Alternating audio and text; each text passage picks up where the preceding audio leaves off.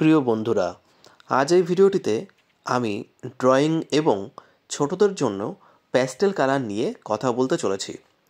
ভিডিওটিতে আমরা একটি ছোট্ট কম্পোজিশন করব। এখানে একটি হিউম্যান ফিগারের মাধ্যমে আমরা কম্পোজিশনটিকে তৈরি করব এবং সেখানে কালারের মাধ্যমে দেখার চেষ্টা করব যে কিভাবে আমরা ড্রয়িং এবং কালারকে কমপ্লিট করতে পারি খুব সহজ প্রসেসের মাধ্যমে। তো প্রথমে স্ট্রাকচার অনুযায়ী এখানে মানুষটিকে আগে এঁকে নেব। যেমনটা তোমরা এখানে দেখতে পাচ্ছ যে আমি শুরুতে কিন্তু অনেকটা বেশি ড্রয়িংয়ের দিকে যাব না, জাস্ট এখানে স্ট্রাকচার ধরে নেব আর তারপরেই এই স্ট্রাকচারের উপর আমি কিন্তু ড্রয়িংটিকে করব। তো দেখো, তোমরা প্রথমে ঠিক এইরকমভাবে এই ড্রয়িংটি করার জন্য সিম্পলি এইরকম একটি স্ট্রাকচার আগে করে নেবে। দেখতে পাচ্ছ স্ট্রাকচারটি কিন্তু খুবই ইজি একটা স্ট্রাকচার হয়েছে। এবার এই স্ট্রাকচার ধরে দেখো আমি কিভাবে ড্রয়িংটিকে কমপ্লিট করছি। দেখো কতটা সহজে আমি কিন্তু এর মধ্যে ড্রয়িংটিকে কমপ্লিট করতে পারছি। মনে রাখতে হবে, তুমি যে কোনো মিডিয়ামে কালার করছো না কেন, তোমাকে কিন্তু ড্রয়িংটিকে যতটা সম্ভব বেস্ট করার চেষ্টা করতে হবে। বুঝতে পারছো? তো এখানে আমাদের কিন্তু ড্রয়িংয়ের উপরে অনেক বেশি ফোকাস করার প্রয়োজন রয়েছে। ড্রয়িংটি ভালো না হলে কিন্তু তুমি কোনো কালারই যতই ভালো করার চেষ্টা করো না কেন, সেটি কিন্তু ততটা বেটার হয়ে রেজাল্ট দেবে না। সেই ড্রয়িংটি কিন্তু যখন কমপ্লিট হবে তুমি কিন্তু তোমার মনের মতো রেজাল্ট পাবে না। বুঝতে পারছো? তাই বেশি বেশি পরিমাণে ফোকাস করবে ড্রয়িংয়ের উপর। তো এখানে দেখো আমাদের ড্রয়িংটি প্রায় কমপ্লিট হয়ে গেছে। আমি এবার এই এই হিউম্যান ফিগারের উপর একটা যে কোনো একটা কম্পোজিশন বা বলা যেতে পারে ছোটদের ক্ষেত্রে যে সিনারি করার চেষ্টা করব। তো এখানে দেখতে পাচ্ছ ফিগারটিকে আমি এখানে বসিয়ে দিয়েছি, একটি কোনো কিছুর উপরে বসে রয়েছে এবং তার সঙ্গে আমি এখানে একটা নদী এবং একটা গাছ করে দেওয়ার চেষ্টা করব। তাহলে দেখবে যে ড্রয়িংটি এর সঙ্গে কিছুটা মানানসই হবে। মনে রাখতে হবে, দেখো মানুষটি যেহেতু গাছটার নিচে রয়েছে, সেক্ষেত্রে মানুষের থেকে কিন্তু গাছটা অনেক বড় তোমাকে দেখাতে হবে। বুঝতে পারছো? যেহেতু গাছ আর মানুষটি পাশাপাশি রয়েছে, যে কারণে গাছটি কিন্তু মানুষের থেকে অনেকটা বড় দেখাতে হবে। অর্থাৎ তোমার চেষ্টা করবে তোমার যে খাতায় তুমি করছো সেই খাতায় গাছটিকে পুরো কমপ্লিট করে দিলে কিন্তু হবে না। অর্থাৎ গাছটি অনেকটা বড় তোমাকে দেখাতে হবে, ঠিক যেমনটা আমি এখানে তোমাদেরকে দেখালাম। হ্যাঁ, দূরে যদি তুমি গাছ দেখাতে চাও সেক্ষেত্রে তুমি অবশ্যই ছোট দেখাতে পারো, কিন্তু কাছের ক্ষেত্রে গাছ বা বাড়ি দুটোই কিন্তু যথেষ্ট বড় তোমাকে দেখাতে হবে।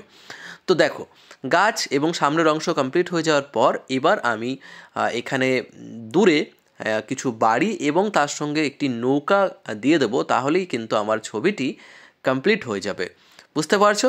তো আশা করছি তোমাদের ড্রয়িং সম্পর্কিত কোনো সমস্যা হয়তো হবে না। ছোটরা যারা দেখছো তাদেরকে বলবো যে তোমরা প্র্যাকটিস করবে খুবই হালকা করে, বেশি প্রেশারাইজ না করে ছবি করার চেষ্টা করবে।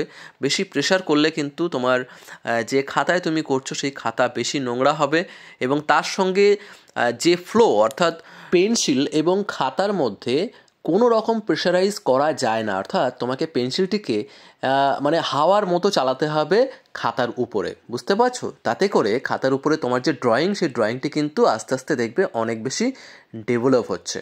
তো দেখো আমাদের এখানে কিন্তু ছবি কমপ্লিট হয়ে গেছে। এবার এর উপর কিছুটা কালার করব এবং তার মাধ্যমে ছবিটিকে কমপ্লিট করার চেষ্টা করব। তো যেমনটা আমি তোমাদেরকে প্রথমেই দেখাই যে সবসময় চেষ্টা করবে পেছনের দিকের অংশগুলিতে আগে কালার করার এবং তারপর আস্তে আস্তে তোমরা সামনের দিকে আসবে।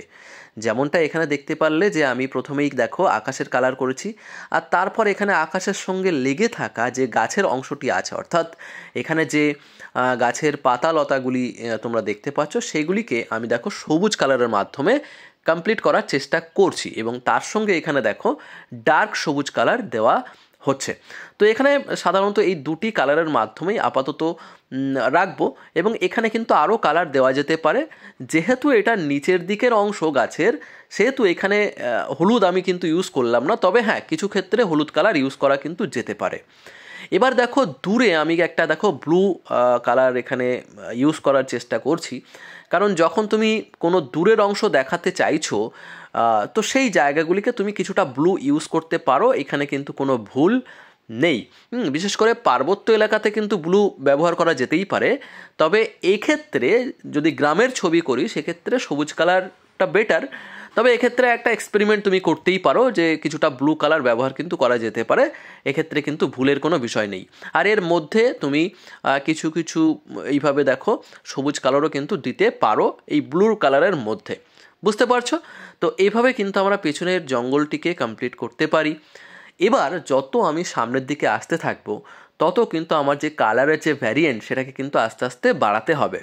অর্থাৎ এখানে যখন আমি কালার করব, দেখো ভূমিতে আমি দেখো হলুদ কালার করছি, মানে লেমন ইয়েলো, এবং এই কালারটি দেখো সামনের দিকে দিয়ে দেবো। ফার্স্ট আমরা লাইট কালার করব এবং এই কালারের উপরেই আমাদেরকে কিন্তু যে যে স্থানগুলিতে আমরা মাঠ বা ভূমি দেখাতে চাইছি সেখানে কিন্তু আমরা কিছুটা সবুজ কালার এর উপরে দিতে পারি, এবং আস্তে আস্তে যত সামনের দিকে আসবে তত কিন্তু এখানে ডার্ক কালার তোমাকে দিতে হবে। যেমনটা এখানে দেখতে পাচ্ছ যে আমি শুরুটা করেছি সবুজ কালার থেকে, এবং যত সামনের দিকে বা নিচের দিকে আসবো তত কিন্তু এখানে দেখো ডার্ক কালার বাড়বে। এই যে দেখো শেষে কিন্তু আমি এখানে কিছুটা ডার্ক গ্রিন কালার এখানে কিন্তু ব্যবহার করেছি।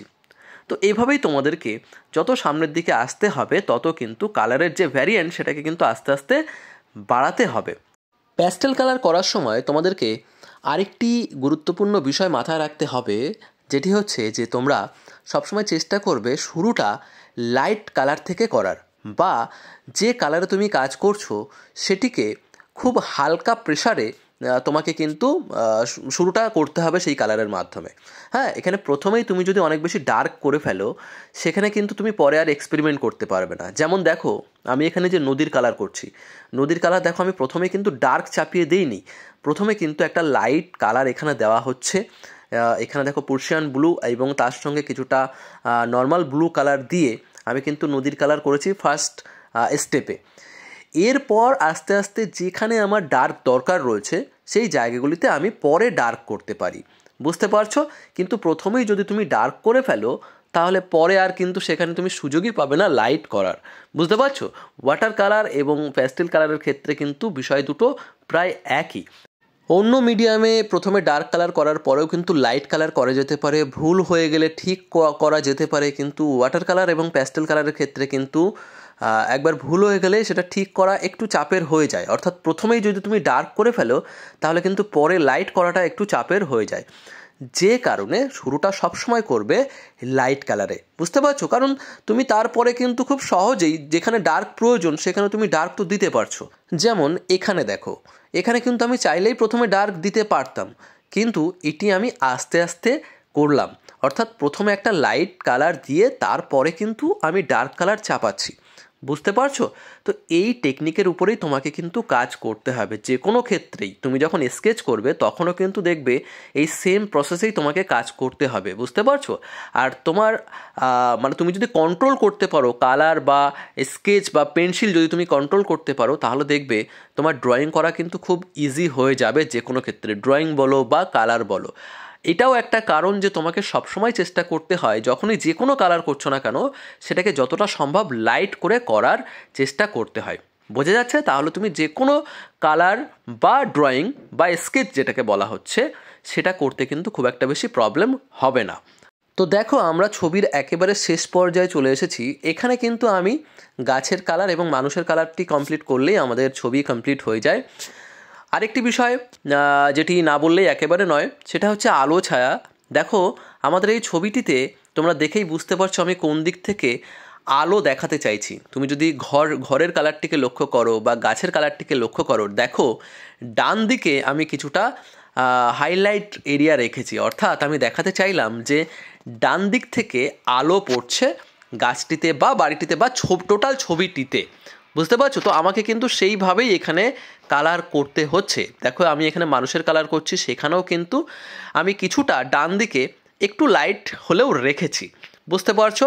তো এইভাবে তোমাকে আলো ছায়াগুলোকে বুঝে তোমাকে কিন্তু কাজ করতে হবে, তাহলেই দেখবে তোমার ছবি প্রাণ ফিরে পাবে এবং তোমার ছবি কিন্তু দেখতেও সুন্দর হবে, বুঝতে পারছো? দেখতে সুন্দর হবে এবং তার সঙ্গে মিনিংফুল হবে। ছবি আঁকার পরে সেই ছবি যদি মানে না থাকে তাহলে কিন্তু সেটি ছবি রূপে গণ্য হয় না। মানে তুমি একটা ছবি করলে তার পার্সপেক্টিভ ঠিক নেই, তার আলো ছায়া ঠিক নেই, হ্যাঁ, প্রপোর্শন ঠিক নেই, সেক্ষেত্রে কিন্তু তোমার ছবিটা দেখতে সুন্দর লাগলেও কিন্তু যখন তুমি কোনো কম্পিটিশনে যাবে বা যখন তুমি কোনো এক্সাম দেবে ড্রয়িংয়ের, সেক্ষেত্রে কিন্তু তুমি প্রবলেমে পড়বে। বুঝতে পারছো?